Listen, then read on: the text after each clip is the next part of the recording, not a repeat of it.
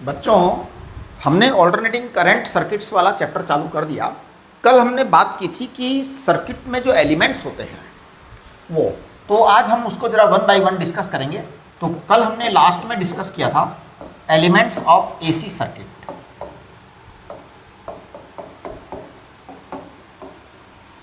हमने बताया था आपको एलिमेंट्स ऑफ एसी सर्किट्स में सबसे पहले एक आर हो सकता है, एल हो सकता है, कोई जरूरी नहीं ये तीनों हुए ही हुए। किसी सर्किट में होते हैं, किसी सर्किट में नहीं होते हैं। सी होता है ना। और चौथी चीज़ जो होती है वो होता है एसी ईएमएफ। ये चार चीज़ हर सर्किट के अंदर होती है। करंट फ्लो होता है जब हम एसी ईएमएफ को स्विच ऑन करते हैं। एक मिनट ज़रा, जस्ट अ मोमेंट प्लीज। हाँ जी, तो करंट फ्लो होता है जब हम एसी ईएमएफ को क्या करते हैं, स्विच ऑन करते हैं। तो हम पहले वन बाय वन डिस्कस करेंगे। हम लोग डिस्कस करेंगे प्योर रेजिस्टिव सर्किट, फिर प्योर इंडक्टिव सर्किट, फिर प्योर कैपेसिटिव सर्किट, और उसके बाद में हम इनके कॉम्बिनेशन करेंगे R L, L C, R C और फिर आर एल सी। राइट, तो मैं वन बाय वन डिस्कस करने जा रहा हूँ। सबसे पहले अपन बात करेंगे प्योर रेजिस्टिव सर्किट।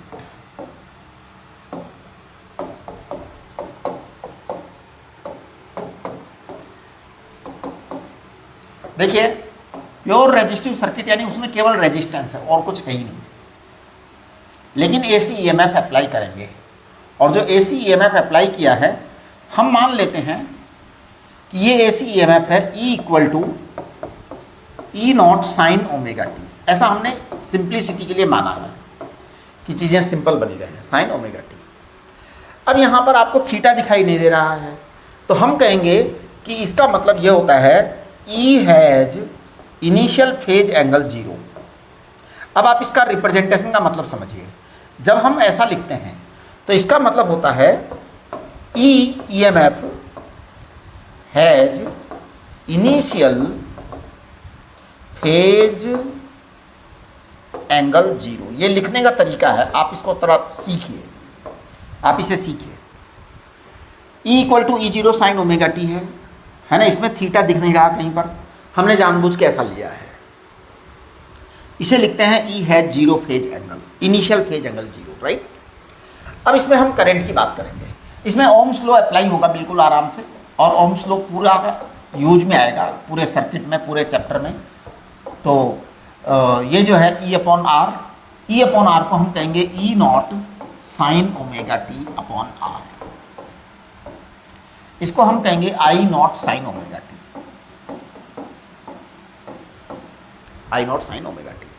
अब आप देखिए आई नॉट क्या आया है। आई नॉट आया है पीक वैल्यू ऑफ करंट, और वो E नॉट अपॉन आर आएगा, that is peak value of current.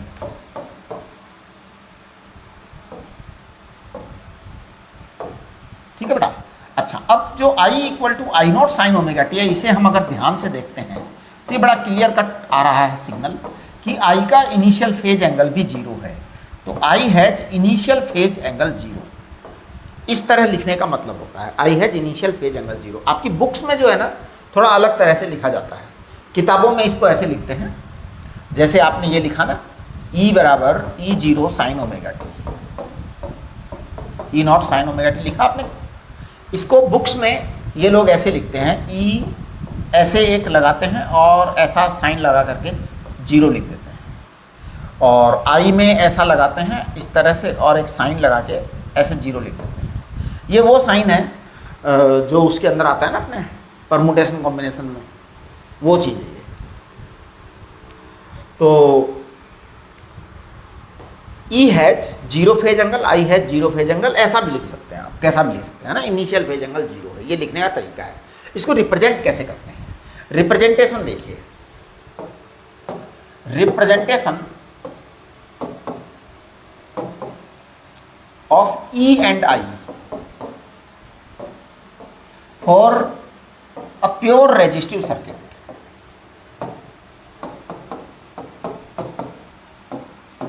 Pure resistive circuit के लिए रिप्रेजेंटेशन कैसा आएगा, रिप्रेजेंटेशन ऐसा आएगा, इसे कहेंगे हम E वेक्टर या E हैज 0 फेज, इसे ही हम कहेंगे I हैज 0 फेज। राइट। ई का इक्वेशन जो है वो है E naught sine omega t, और आई की इक्वेशन है I naught sine omega t, और आई बराबर है ई अपॉन आर, और आई नॉट बराबर है ई नॉट अपॉन आर। ये सब एकदम क्लियर बातें हैं, राइट। तो रेजिस्टिव सर्किट में कोई खास बात नहीं हुई है, बहुत ही आसान बात हो गई। अब हम बात करेंगे प्योर कैपेसिटिव सर्किट या प्योर इंडक्टिव सर्किट, कोई भी बात कर लेते हैं, पर नंबर 2 पर बात कर लेते हैं, प्योर इंडक्टिव सर्किट। यहाँ अब थोड़ा सा हमें समझना पड़ेगा कि क्या क्या होने वाला है प्योर इंडक्टिव सर्किट। देखो बेटा, एक बात सुनो, प्योर इंडक्टिव सर्किट की क्या खास बात है कि इसमें इंडक्टर है, केवल इंडक्टर है, no resistor, no capacitor. EMF हमने अप्लाई किया है, एसी ईएमएफ। अब देखो, एसी ईएमएफ जब हमने अप्लाई किया है तो ये है capital E equal to E naught sine omega T, ठीक है। इसके अंदर जो ईएमएफ इंड्यूस होता है because of variation of the current, वो इसके अगेंस्ट होता है, यानी इसके अपोजिट होता है। तो मैं कहूँगा कि small e is induced EMF.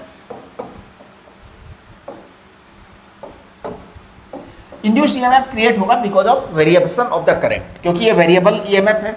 Variable EMF variable current flow करेगा, वेरिएबल करंट फ्लो करेगा तो इसमें इंड्यूस्ड ईएमएफ होगा, और वो हमेशा माइनस ई के बराबर होगा। आइडियल कंडीशंस, आइडियल कंडीशंस क्या कि इसमें रेजिस्टेंस जीरो है, कैपेसिटेंस जीरो है। वैसे ऐसा होता नहीं है, रेजिस्टेंस जीरो नहीं होता है, कैपेसिटेंस जीरो हो सकता है लेकिन रेजिस्टेंस जीरो नहीं होता कभी, है ना।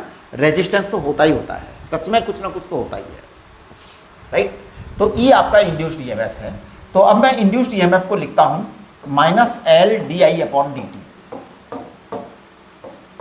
इसको हम लिखेंगे माइनस ई नॉट साइन ओमेगा टी। अब आप जरा चेक करिए, तो हम लिख रहे हैं D I equal to E naught sine omega T D T. अब हम इसे इंटीग्रेट करेंगे, तो इंटीग्रेट करेंगे तो आई बराबर आ जाएगा E naught cos omega t upon minus omega. Minus मतलब, तो ये आई बराबर आएगा आपके पास E naught upon omega minus cos omega t. ये क्या हुआ भाई, ई नॉट अपॉन ओमेगा आएगा ना। अच्छा, एल भी है क्या? हाँ हाँ हाँ, यहाँ पर एल था, तो यहाँ पर एल था, है ना। तो E naught upon omega L minus cos omega t, right. ये आ गया। अब आप जरा इसको चेक करें तो पता है इसको मैं क्या लिख सकता हूँ, इसको मैं लिख सकता हूँ I naught cos minus cos omega T है। माइनस कॉस ओमेगा टी को हम लिखेंगे sine omega t minus pi by 2, ये है। माइनस कॉस ओमेगा टी को हम लिखेंगे sine omega t minus pi by 2, तो ये माइनस कॉस ओमेगा टी आ जाएगा, राइट। चलिए, अब जब ऐसा लिख दिया है तो अब देखो हम क्या क्या बातें करने वाले हैं। अब हम इसका रिजल्ट निकाल दिया, बस रिजल्ट आ गया हमारे पास। तो रिजल्ट क्या है? रिजल्ट है E equal to E naught sine omega t, और I इक्वल टू है I naught sine omega t minus pi by 2। इसका मतलब यह है कि phase angle of I, phase angle of I, phase angle of current, phase angle of current I in pure inductive circuit, in a pure inductive circuit. थोड़ा शब्द सुनना, ध्यान से सुनना वर्ड्स को।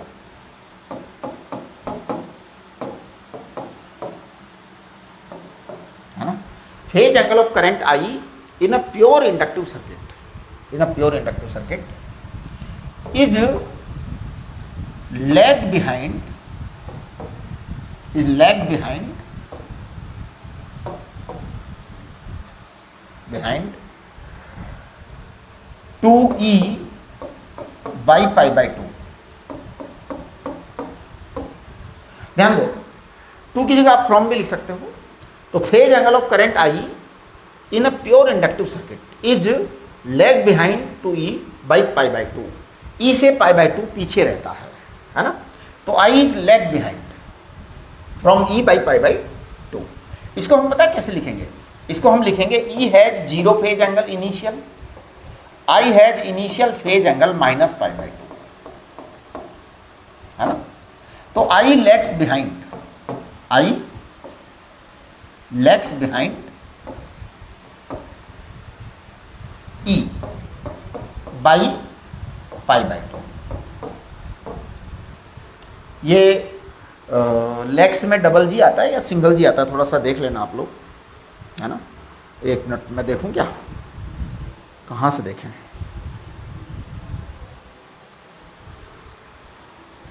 पता नहीं, ये लेग्स में जो है एक बार ज़रा चेक कर लेते हैं ना, क्योंकि ये स्पेलिंग का प्रॉब्लम है और ये लेग्स में डबल जी आता है सिंगल जी आता है, कैसे पता लगेगा? तो मैं चेक करता हूँ ज़रा, नेट से गूगल कर लेते हैं। LAGS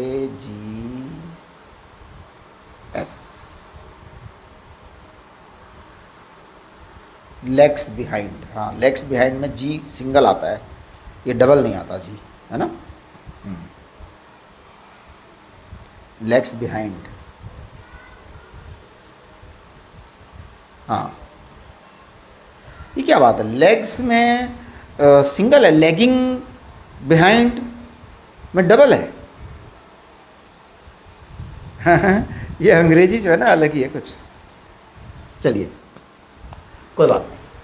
तो हम जो है ना, ये लेग बिहाइंड होगा यहाँ पर LAG, leg behind, LAGS legs behind. तो I legs behind E by pi by 2। अब इसको रिप्रेजेंट कैसे करते हैं? इसको रिप्रेजेंट करते हैं, रिप्रेजेंट ऐसे करते हैं, E को तो आप लिख दीजिए सीधा 0 फेज और I को लिख दीजिए माइनस पाई बाय 2, यानी I माइनस पाई बाय 2 होता है, ये होता है बेटा। अच्छा एक बात बताऊँ, I legs behind means E has advanced, E is advanced in phase, E is advanced in phase by pi by 2। भाई I पीछे है, इसका मतलब E आगे है ना? तो E is advanced in phase by pi by 2, ये L के अंदर है, ये L के अंदर है। और एक चीज़ और निकल करके आई है L में, वो ये निकल के आई है I not is E naught upon omega L। ध्यान दो, कहाँ है ये रहा, I नॉट बराबर E naught upon omega L। ये जो I नॉट बराबर E naught upon omega L है ना, ये बड़ी इंपॉर्टेंट चीज़ है। इसे कहते हैं E naught upon effective resistance. भाई ओम्स लॉ की बात कर रहे हैं हम तो, इसको हम कहते हैं E naught upon XL। XL को हम कहेंगे ओमेगा L। ओमेगा L को कहते हैं इंडक्टिव रिएक्टेंस, नाम है इसका, inductive reactance, inductive reactance, right. अच्छा, इंडक्टिव रिएक्टेंस ये एक्चुअल में इफेक्टिव रेजिस्टेंस होता है प्योर इंडक्टिव सर्किट का, effective resistance to current flow, effective resistance to current flow in a pure inductive circuit.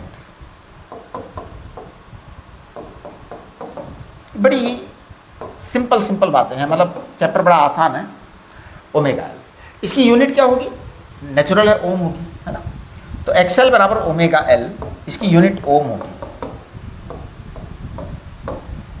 इसकी यूनिट ओम होगी, राइट। अच्छा जी, जब ये एक्सएल बराबर ओमेगा एल की यूनिट ओम होगी, यहाँ मैं आपको एक चीज़ और सिखाऊंगा, चलिए वो बाद में सिखा देंगे, है ना? वो अपन टेबल बनाएंगे ना, उस समय सिखा देंगे। यहाँ तक आपको समझ में आ गया?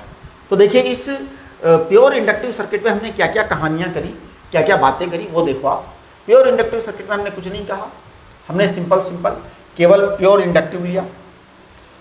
ईएमएफ अप्लाई किया, इंड्यूस्ड ईएमएफ को माइनस ई किया, कैलकुलेशन एकदम क्लियर है, साफ साफ है, चेक कर लीजिए आप लोग, है ना। एल को उधर ले गए, माइनस ओमेगा आ जाएगा, ओमेगा एल आ जाएगा माइनस, उसको मैंने sign omega t minus pi by 2 लिख दिया, राइट। ओके, ये आपका ई बराबर साइन ओमेगा टी, ये चीज़ आ गई। तो phase angle of current I in a pure inductive circuit is lag behind, है ना, 2e बाई पाई बाय 2, मतलब आई जो है lags behind e by pi by 2। हमने रिप्रेजेंट इसको ऐसे किया, ई इधर है, आई लैग बिहाइंड है तो माइनस पाई बाय 2 नीचे की तरफ है, राइट।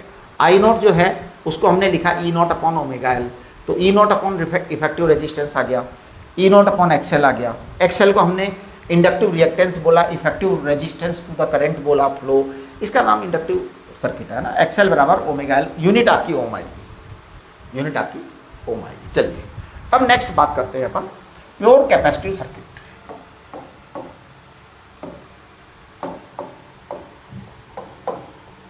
प्योर कैपेसिटिव सर्किट देखिए जी, प्योर कैपेसिटिव सर्किट की जब बात करेंगे तो ये 100% कैपेसिटेंस है और कहीं कोई रेजिस्टेंस नहीं है। हालांकि फिर मैंने बोला कि ऐसा कभी होता नहीं है, रेजिस्टेंस तो होता ही है, वायर्स में होता ही है जी, लेकिन हम इसको केवल आइडियल बातें कर रहे हैं। ये हमने अप्लाई किया है, ये अप्लाई किया है, इसका मतलब ई का फेज एंगल 0 है, करेक्ट, राइट। अब देखिए यहाँ पर Q आएगा, तो Q क्या होता है जी, Q बराबर होगा C इंटू ई। C इंटू ई का मतलब होता है C ई नॉट साइन ओमेगा टी, आप चेक करिए, करेक्ट, ये आई, ये Q है। अब हम I निकालेंगे, I बराबर होता है साहब D Q upon D T, आप डिफ्रेंशिएट कर दीजिए इसको, C ई नॉट तो है ही, साइन ओमेगा टी को आप डिफ्रेंशिएट करिए तो ये आएगा omega cos omega t, right. अब मैं I को बोलूँगा ओमेगा C ई naught cos omega T, cos omega t को बोलूँगा sign omega T plus pi by 2, ये सिस्टम हो गया, है ना, sign omega T plus pi by 2 आ गया, I बराबर ये। अब जब I बराबर ये चीज़ आ गई, इसको मैं बोल रहा हूँ I not sine omega T plus pi by 2, ये हमारे रिजल्ट आ गए, रिजल्ट आ गया। इसका मतलब ये होता है, it means current I, it means current I in a pure capacitive circuit, in a pure capacitive circuit,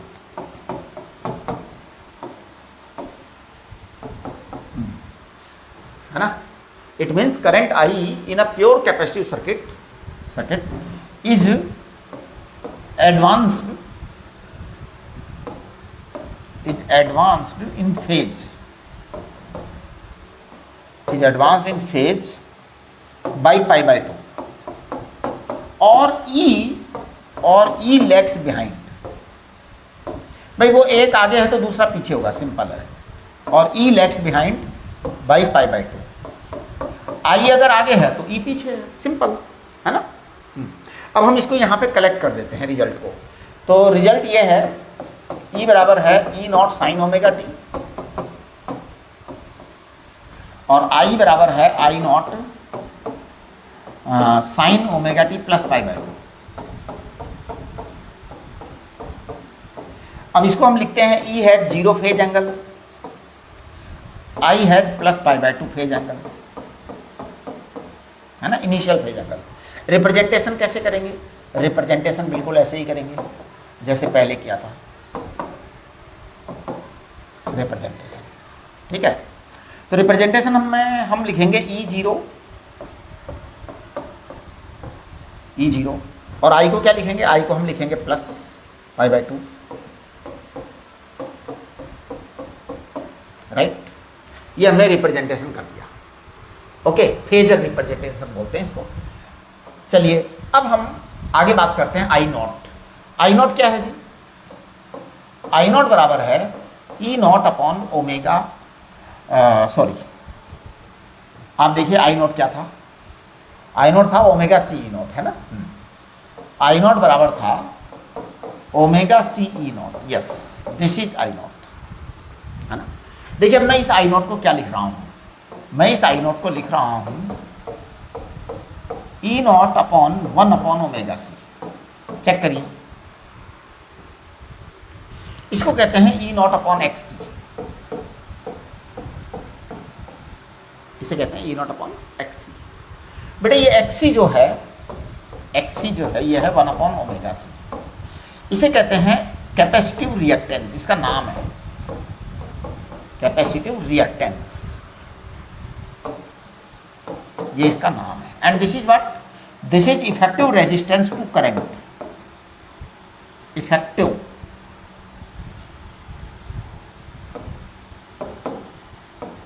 resistance to current flow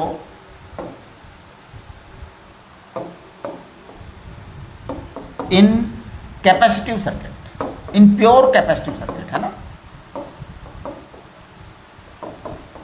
तो एक्स सी बराबर 1 अपॉन ओमेगा सी, इसका यूनिट ओम आएगा, है ना, इसका यूनिट ओम आएगा।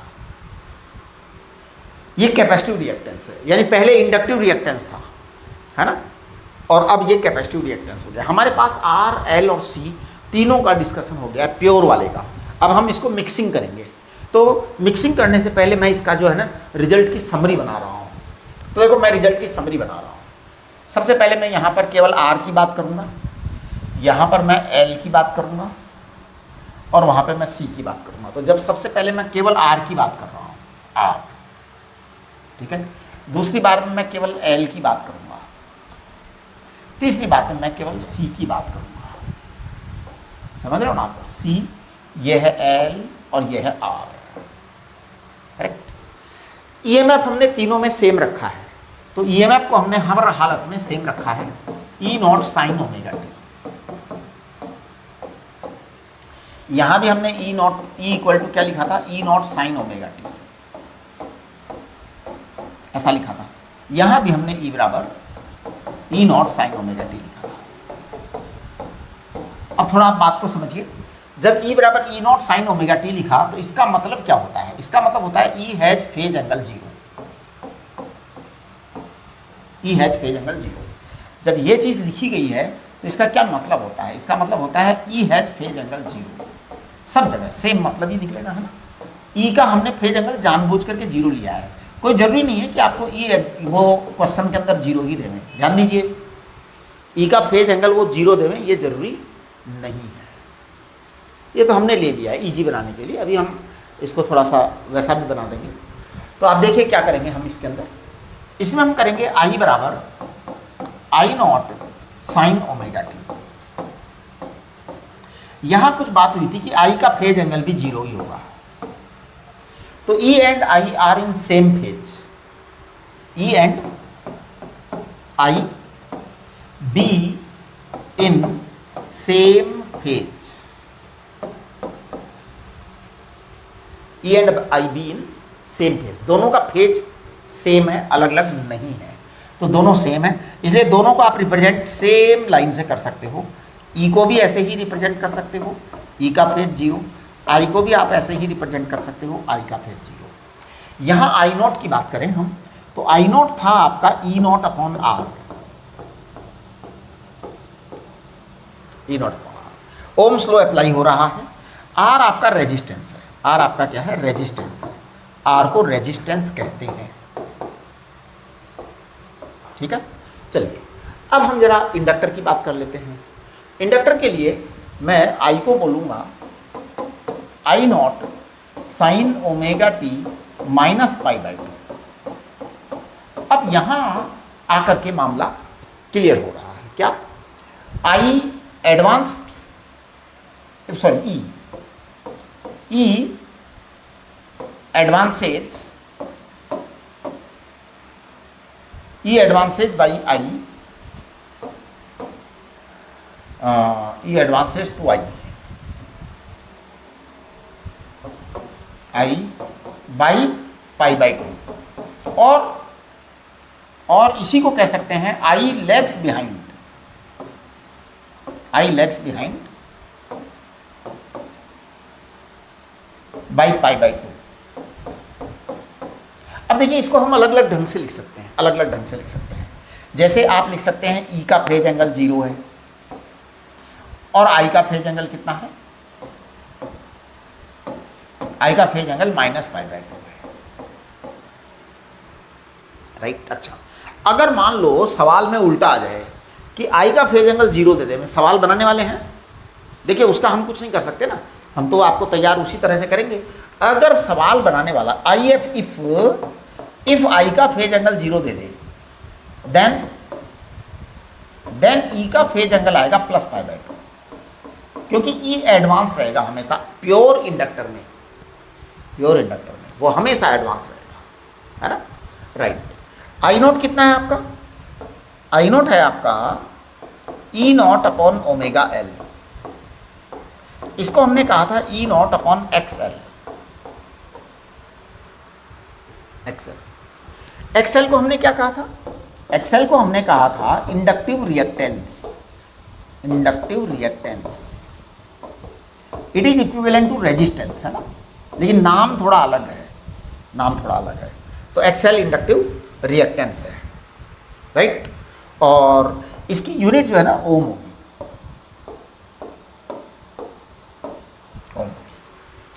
अब आप इनके रिप्रेजेंटेशन जो है ना ई और आई के, वो आप अलग अलग कर सकते हैं आराम से। चलिए अभी हम कर देंगे थोड़ी देर में, पहले हम जरा इसकी भी बात कर लेते हैं। तो आप देखिए इसके अंदर क्या है, सी वाले में आपका आई आएगा I0 sin ωt +π/2, sin ωt +π/2, ये आपका आई आ गया।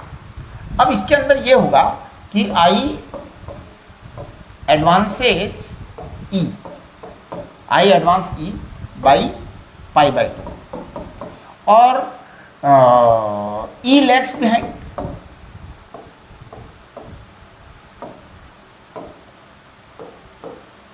By I, E lags behind आई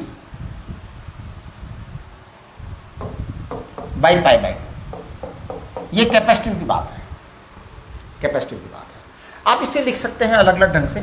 जैसे अगर हमने ई का फेज 0 लिया, है ना, देन आई कितना आएगा, देन आई का फेज आएगा +π/2। अगर हमने आई का फेज 0 लिया इफ, भाई ये तो अब बात है ना कि क्या होने वाला है कोई नहीं जानता, तो आपका ई हो जाएगा -π/2, राइट। चलिए आगे बढ़िए, अब हम ये सब कर चुके हैं, हम जरा I0 पर आ जाते हैं। I0 था आपका E0/1/ωc, आप चेक करो, ये था E0/XC, इस XC को हमने कैपेसिटिव रिएक्टेंस बोला है, XC को क्या बोला था, capacitive reactance,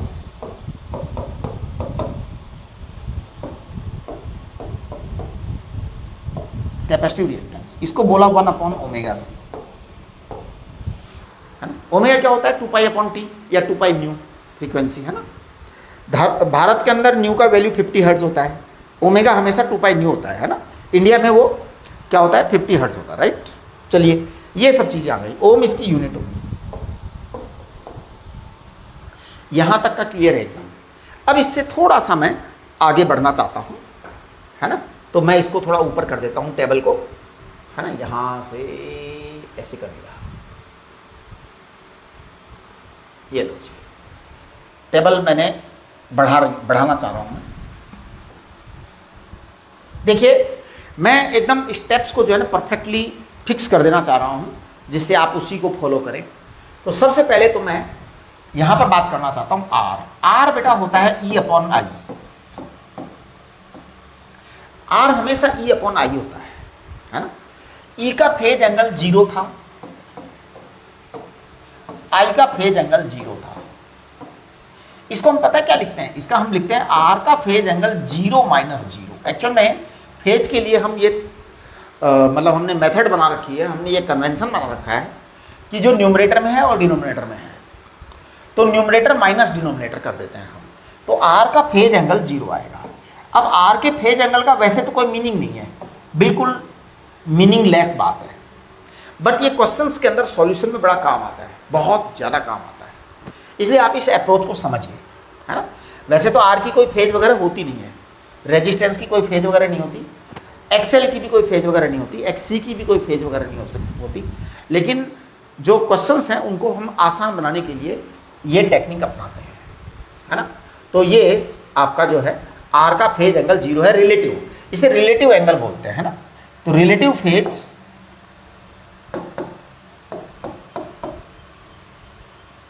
of R is 0। Actual में ये रिलेटिव फेज ऑफ आर क्या है, एक्चुअल में ई और आई का रिलेटिव है, ई और आई का रिलेटिव है सच में तो, कि ई 0 है आई 0। अब जैसे मैं देखो यहाँ पे क्या लिखूंगा, मैं यहाँ लिख रहा हूँ एक्सएल, अब एक्सएल को मैं ई अपॉन आई लिखूंगा, करेक्ट। अब आप एक काम करो, ई को एक बार जरा 0 लिखना, तो आप आई को क्या लिखेंगे, यहाँ पे आई को लिखेंगे -π/2, लिख दिया। अब आपका एक्सएल का फेज क्या आएगा बताओ, एक्सएल का फेज आएगा 0 -π/2, तो ये एक्सएल का फेज +π/2 आएगा, राइट।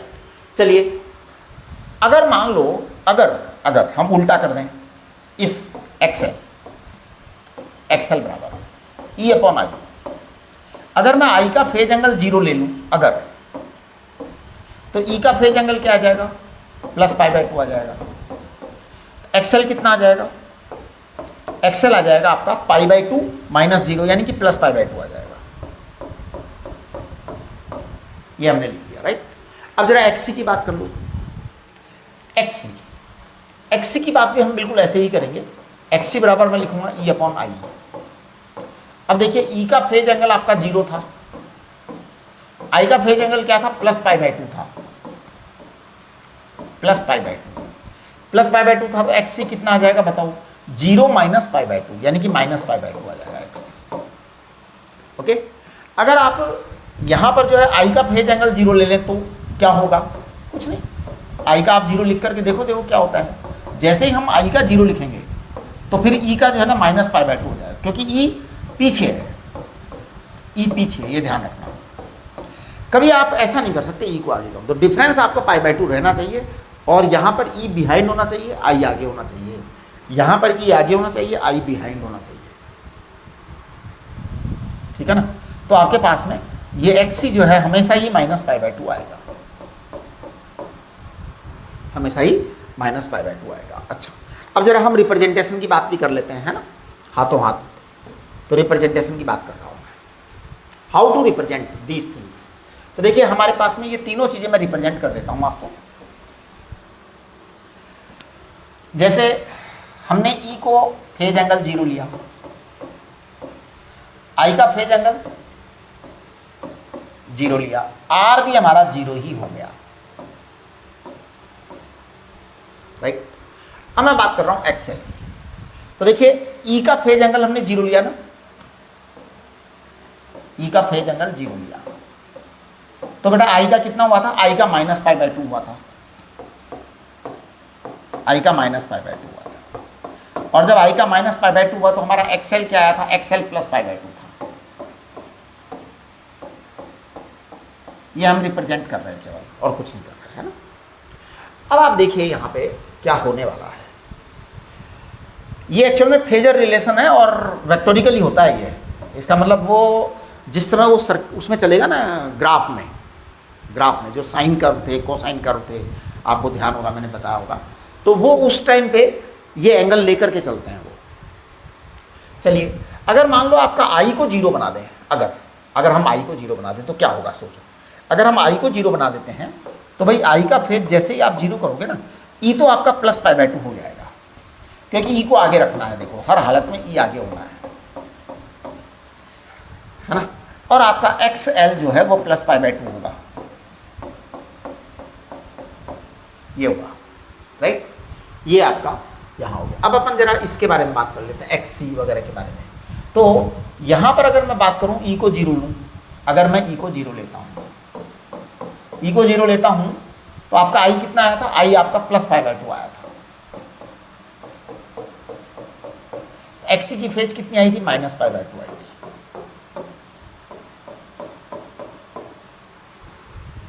राइट। इसी तरीके से अगर आप मान लो आई को 0 ले लें जबरदस्ती कि साहब मैं तो आई को 0 लेना चाहता हूं, तो लो, कोई दिक्कत नहीं, आई को 0 ले लो। अब आई को जीरो लेगा तो ई को तो लैग बिहाइंड करना है ना, ई आपका माइनस हो जाएगा।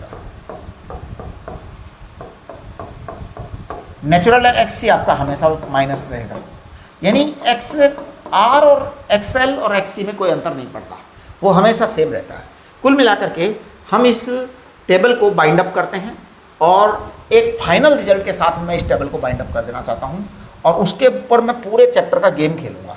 मतलब वी विल डू कंप्लीट मस्ती। क्या हम ये जीरो लेंगे और एक्सएल प्लस पाई बाई 2 लेंगे और X C minus pi by 2 लेंगे, हर हालत में, हर हालत में। और इसी में हम सारा चैप्टर जो है ना खेलेंगे, पूरा सीरीज पैरेलल सब कुछ इसी में कर देंगे हम, सब कुछ इसी में कर देंगे हम। तो चलिए अब हम बात करेंगे सीरीज कॉम्बिनेशन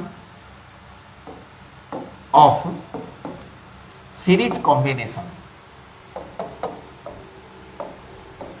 या सीरीज सर्किट लिख लो ना, सीरीज कॉम्बिनेशन, इसको सीरीज सर्किट ही लिखो। ध्यान दो, सीरीज सर्किट। अब देखिए सीरीज सर्किट में हम पता है क्या करेंगे, सीरीज सर्किट के अंदर हम आई को कांस्टेंट मानेंगे, सारे सीरीज के अंदर पूरी सीरीज में आई को कांस्टेंट मानेंगे, कांस्टेंट मानेंगे। ई और वी, ई और वी जो है they will be different, they will be different, है ना। We will make voltage triangle, we will make, एक मिनट जरा, we will make voltage distribution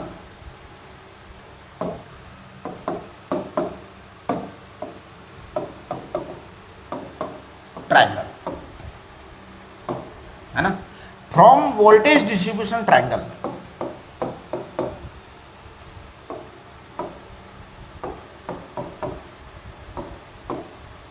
from voltage distribution triangle, from voltage distribution triangle we will do, we will get all results, all results, सारे result वहीं से आएंगे बस।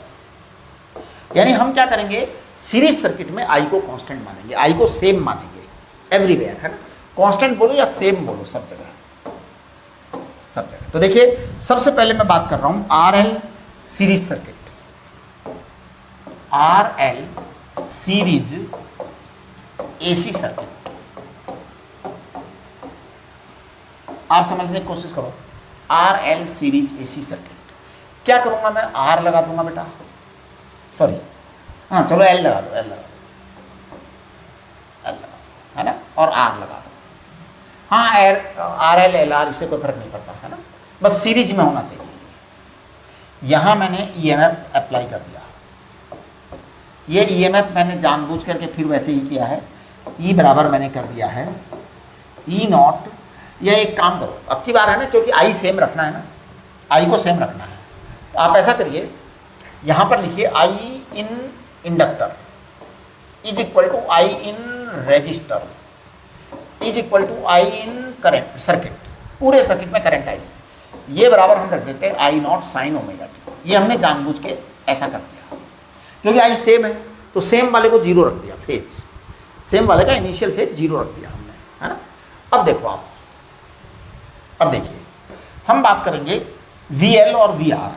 तो V L is what, V L is voltage, voltage across inductor,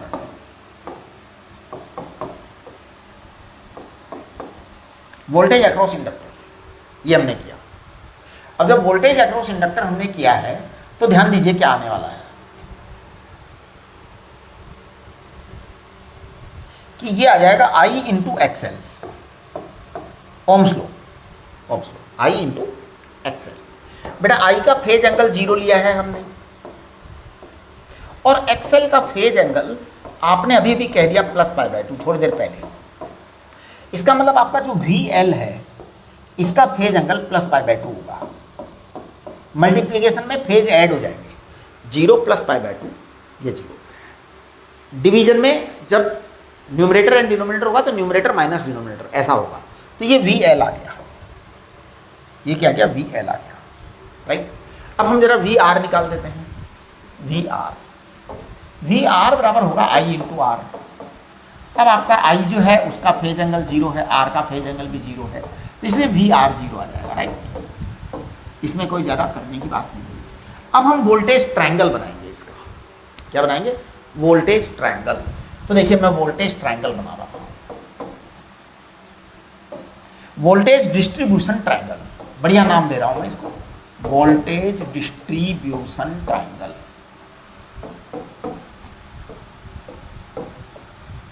voltage distribution triangle दे रहा हूँ मैं इसका नाम। देखिए कैसे करेंगे हम voltage distribution triangle. V R तो बेटा ये रहा, वी आर तो ये रहा, राइट। अब वी एल आपका plus pi by 2, V L आपका प्लस पाई बाय 2, ये आपका नेट वोल्टेज है, इसे हम कहेंगे ई, इसे हम ई कहेंगे। ई बराबर नेट ईएमएफ, नेट ईएमएफ और नेट वोल्टेज। इस एंगल को कहते हैं रिजल्टेंट फेज एंगल, थीटा। तो theta is resultant phase angle, resultant phase angle, ये थीटा का नाम है, ये रिजल्टेंट फेज एंगल है। हम पता है ई को रिजल्ट फॉर्म में क्या लिखेंगे, तो ई को मैं रिजल्ट फॉर्म में लिखूंगा E equal to E naught sine omega T plus theta, plus theta. Theta की वैल्यू कहाँ से निकालोगे? थीटा की वैल्यू आप इस ट्रायंगल में से निकालेंगे। थीटा की वैल्यू क्या आएगी? थीटा की वैल्यू आएगी साइन थीटा। साइन थीटा बराबर क्या आएगा? V L upon E. Cos theta बराबर क्या आएगा? V R upon E. Tan theta बराबर क्या आएगा? V L upon V R. वही रूल वही है। तो sine theta cos theta tan theta की वैल्यू निकाल सकते हो आप। थीटा आपका रिजल्टेंट फेज एंगल है, जो भी आना है सो आ जाएगा, राइट। वी एल आपका आई इंटू एक्सएल है, ध्यान रखिएगा। वी एल इसकी वैल्यू है आई इंटू एक्सएल। आपको आई का पता होगा, एक्सएल का पता होगा, निकाल लेंगे आप। वी आर बराबर है आई इंटू आर, करेक्ट। तो आपने ये सब कर लिया। अब मैं जरा इस नेट ईएमएफ को वैल्यू लिख रहा हूँ यहाँ पर, नेट ईएमएफ की। चलिए हम यही लिख देते हैं ना, नेट ईएमएफ। देखना बेटा ट्रायंगल में से लिखेंगे, है ना, ट्रायंगल में से लिखेंगे। ई बराबर नेट ईएमएफ, नेट वोल्टेज और नेट ईएमएफ एक ही बात है ना, नेट वोल्टेज और नेट ईएमएफ। इसको मैं पाइथागोरस थ्योरम लगाऊंगा, V R square plus V L square. कोई ज़्यादा जोरदार बात नहीं है, राइट। तो ई आपका नेट है, वी आर स्क्वायर को मैं लिखूंगा ईमानदारी से आई इंटू आर का होल स्क्वायर प्लस आई इंटू एक्स एल का होल स्क्वायर। तो कुल मिलाकर के आपके पास में ई अपॉन आई आ जाएगा, ई अपॉन आई, ये आ जाएगा under root R square X L square. इसे कहते हैं जेड आर एल, ध्यान दो, जेड आर एल, ये इसका नाम है। ये जेड आर एल क्या है? Impedance of R L series circuit, impedance of R L series circuit. बात को थोड़ा समझने की कोशिश करिए आप। Impedance of R L series circuit, impedance का मतलब है नेट इफेक्टिव रेजिस्टेंस, है ना। It is net effective resistance, unit ohm ही रहेगी, net effective resistance in R L series circuit.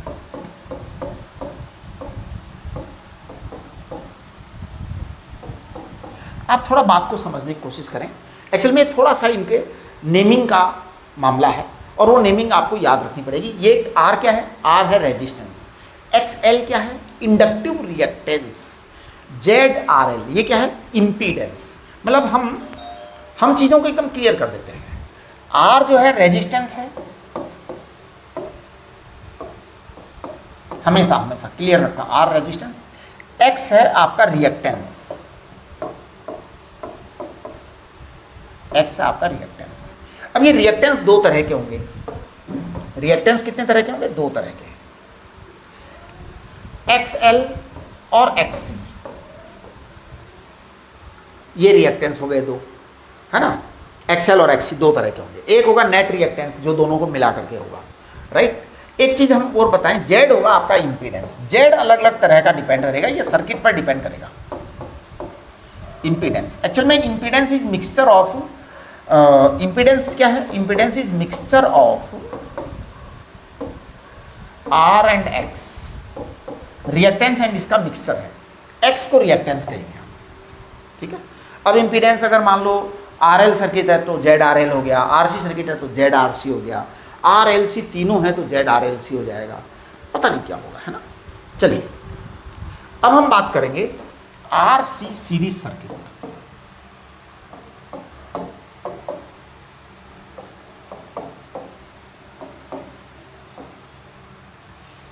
देखिए RC सीरीज सर्किट में हम रेजिस्टेंस बना रहे हैं, हम कैपेसिटर बना रहे हैं, हम यहाँ पर EMF लगा दे रहे हैं।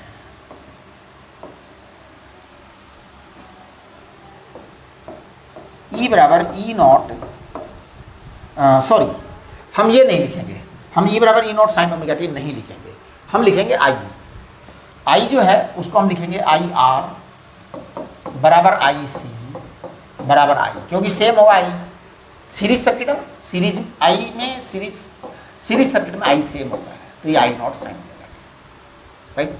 अब जब आपके I not sine omega T है तो इसका मतलब I का फेज एंगल हमने 0 ले लिया है। अब हम E के बारे में बात करेंगे, ये R है और ये C है, तो मैं VR कह रहा हूँ, VR कह रहा हूँ, तो वोल्टेज अक्रॉस R, वही बकवास पहली वाली पुरानी बकवास वापस, वोल्टेज अक्रॉस R, IR। अब IR है तो I का फेज भी 0 है बेटा, और R का फेज भी 0 था आपका, इसका मतलब ये VR का फेज भी 0 ही आएगा, राइट। चलिए अब जरा VC की बात करूँ, VC होगा I इंटू XC। अब I आपका है 0, लेकिन XC जो था आपका वो था -π/2। हाँ जी, VC बराबर, ये VC का फेज एंगल -π/2 आ जाएगा, VC का फेज एंगल -π/2 आ गया, राइट।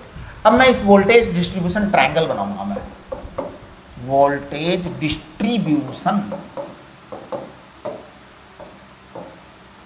ट्रायंगल। एक्चुअल में ये जो है ना, इस सर्किट में जाके अपने आप डिस्ट्रीब्यूट होता है voltage, automatic.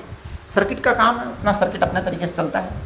Voltage distribution triangle, ये कैसा होता है वोल्टेज डिस्ट्रीब्यूशन ट्रायंगल? देखिए VR, R वाला तो आपका 0 डिग्री वाला होता है, फिर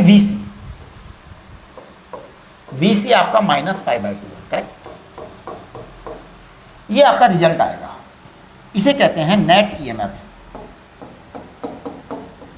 नेट वोल्टेज और नेट EMF एक ही बात है, और नेट EMF, ठीक है जी। चलिए अब इसको हम कहेंगे थीटा, इसको -θ बोलेंगे हम, इसको क्या बोलेंगे? -θ बोलेंगे। इसका मतलब नेट EMF जो है उसका फेज एंगल -θ है, नेट EMF का फेज एंगल -θ है। पिछली बार क्या था? पिछली बार जो था, एक मिनट जरा, पिछली बार हमारा जो नेट EMF था RL वाले में वो था +θ, है ना। हाँ देखो यहाँ आप लिख सकते हो, चाहो तो E नेट +θ आएगा, आप लिख सकते हो यहाँ पर, है ना। चलिए अगला वाला करो, तो देखिए आप यहाँ पर E -θ आ गया। E -θ आने का मतलब क्या हुआ? E -θ आने का मतलब हुआ E naught sine omega t -θ, ये हो गया इसका मतलब, E naught sine omega t -θ, ये चीज़ आ गई। अच्छा रिजल्ट जरा निकालो, रिजल्ट हम वही पाइथागोरस थ्योरम से निकालेंगे। तो देखिए E बराबर क्या आया?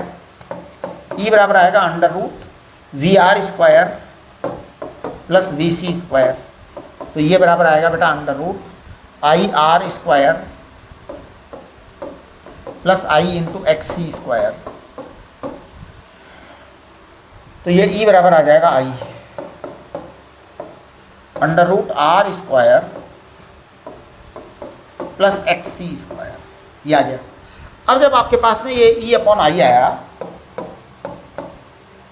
तो ये Z आ जाएगा, ये under root R square plus X C square, इसे कहेंगे जेड आर सी, सॉरी इसे क्या कहेंगे, Z R C, impedance of R C series circuit, ये रिजल्टेंट इम्पीडेंस है ना।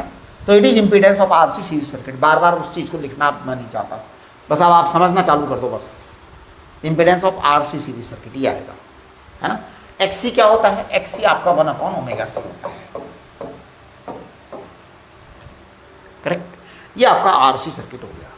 अब हम आगे बात करेंगे, आर एल हो गया, आर सी हो गया, अब हम बात करेंगे L C R series circuit plus L C circuit plus resonance, और इसके साथ ही सीरीज सर्किट कंप्लीट हो जाएगा, और उसके बाद हम पैरेलल सर्किट करेंगे, ठीक है। चलिए, तो आज के लिए काफ़ी है, नमस्ते। इसको बेटा आज ही कर लो अच्छी तरह से, जैसे जैसे बताया उसी सिस्टम से करना है, सिस्टम बिगाड़ना नहीं है।